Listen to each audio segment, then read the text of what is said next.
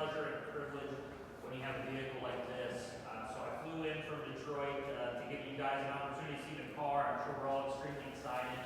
But as you guys are likely well aware, this is Maserati's MC20. These are all new mid-engine, rear-wheel drive supercar. I'm sure you're also familiar with the nomenclature of the name, but for those of you that are not, MC stands for Maserati Corsa. And for those of you not taking Rosetta Stone Italian at home, Corsa means racing, and 20 is the designation the year of its birth, being 2020. So, as mentioned, this is an all-new car, and with it came a lot of different design characteristics. This is the embodiment of a new era at Maserati. So, while today we're going to spend the time talking about this individual product, our Halo flagship Maserati MC20, understand that you're also looking at the future of design aesthetics for Maserati globally. So, first and foremost, I'd be remiss if I didn't talk about our iconic Trident badge.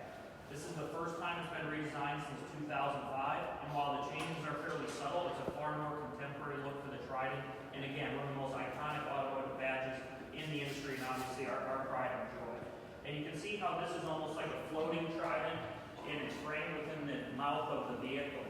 And what I love to talk about with Maserati just in general, but even more so about this product, is the duality of the brand.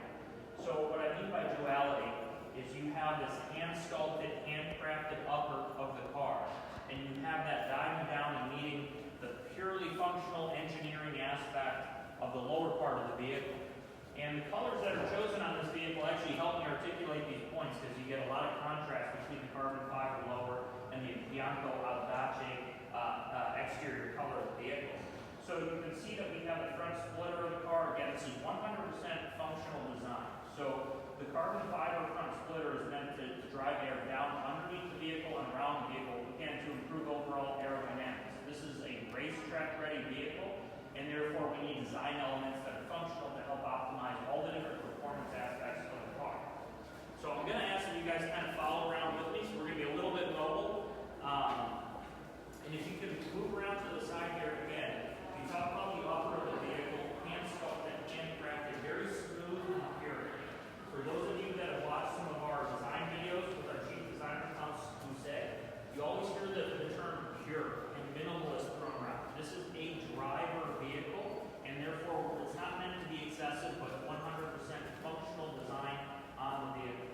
So a couple things to take note. These are birdcage wheels. They've been very widely raved about, well received.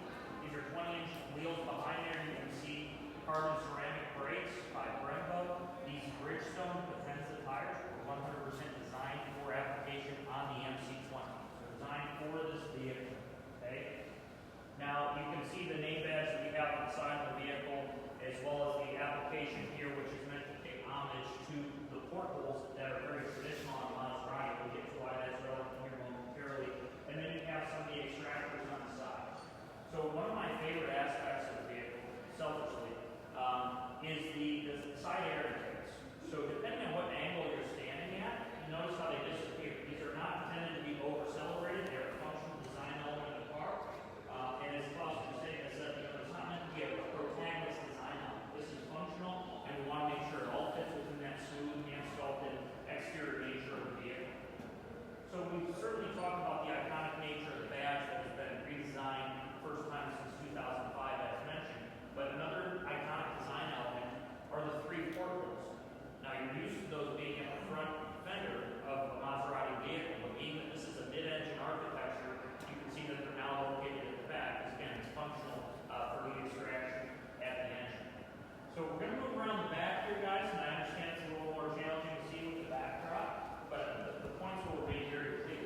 So you can see first and foremost, just the presence of this vehicle has a very wide stance to it, a very athletic presence, and that's accentuated by these low-profile, slim tail lamps that you see in the rear of the car. And we talked about the duality, the two different colors, just to help with the visualization. When you move to the back of the vehicle, you can see that the ratio is now starting to favor the performance aspect. That lower end, you're hearing the rear diffuser. This is the business end of the vehicle. Of course, you have the exhaust pipes as well. And it's very rare that I would ever bring up a rear camera on a car while we have that just like everyone else does.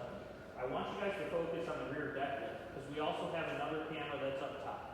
This being a driver-oriented vehicle, we want to make sure that there's the utmost clarity for the driver when they're operating a motor vehicle. So that camera that you have in the rear deck lid is actually a direct feed into the digital rear view camera inside the cockpit of the car. Again, to ensure that you can see your surroundings. This is a driver vehicle. So we're going to move around because I want to stay on this deck lid. So many of you have probably already seen that we have kind of an abstract design of the iconic Trident that's laid into this polycarbonate finish on the back. Now this is polycarbonate. See the engine here? 45% lighter than traditional glass, and this abstract design of the Trident is actually functional. It helps with the heat extraction with the engine. The other comment I want to make is underneath this polycarbonate abstract design of the Trident is the beating heart of this vehicle, which houses our all-new 3.0-liter twin-turbo V6 Nettuno engine. And again, Nettuno translates to Neptune, the Roman god of the sea, not to be confused with Poseidon, and that's where it gets its name. And the reason the engine is so important to this vehicle, obviously with it being a performance vehicle, we wanted to make sure that it carries the Trident proudly, and we have internationally patented Maserati twin combustion technology that was previously only found in Formula One racing. And because of those sort of technological advancements, this powertrain is able to crank out 621 horsepower, 0-60 in less than 2.9 seconds, and a top speed of 202 miles an hour. Being that this vehicle only weighs approximately 3,300 pounds, that gives us best-in-class weight-to-power ratio of 5.3 pounds per unit of horsepower. So this is 100% a racetrack-ready vehicle. Guys, if one of you can assist me with opening the next most dramatic design element of this vehicle, you guys have already seen the butterfly doors.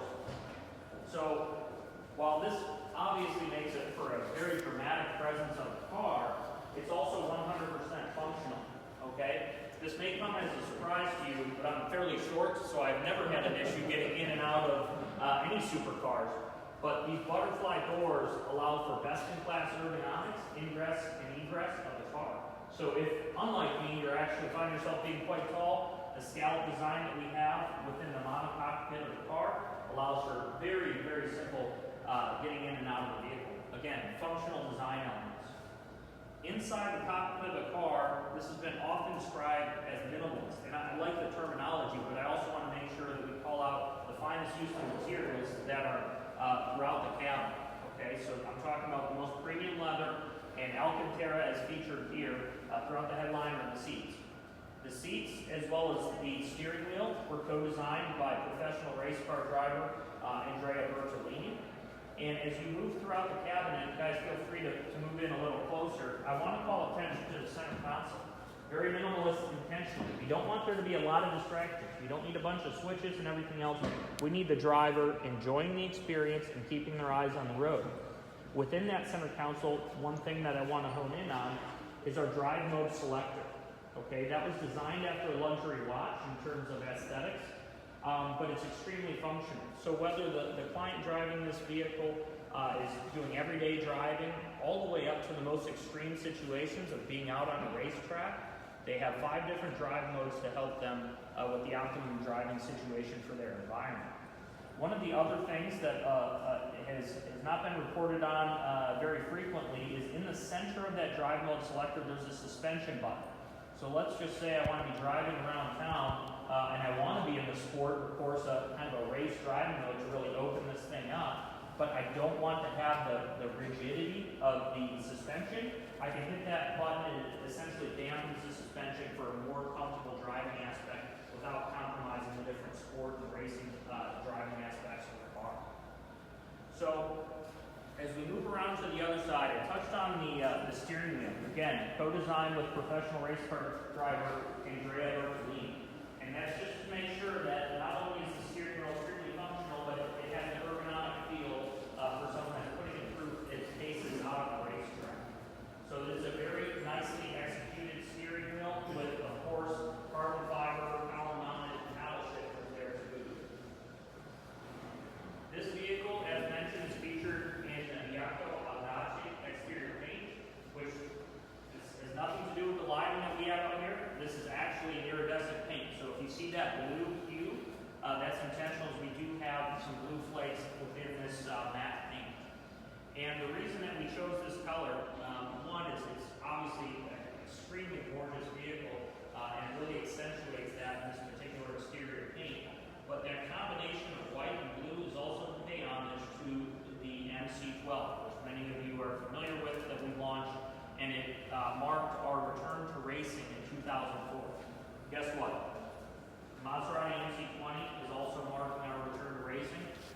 I can't reveal all the future aspects of our racing elements. You guys know that's part of our heritage over the past century plus that we've been around. That is in our DNA, it's encapsulated in this vehicle, and I'm pleased to announce that it also represents our return to racing. So at launch, there are 6 different exterior colors. As mentioned by a couple of you, they were 100% designed for this vehicle specifically.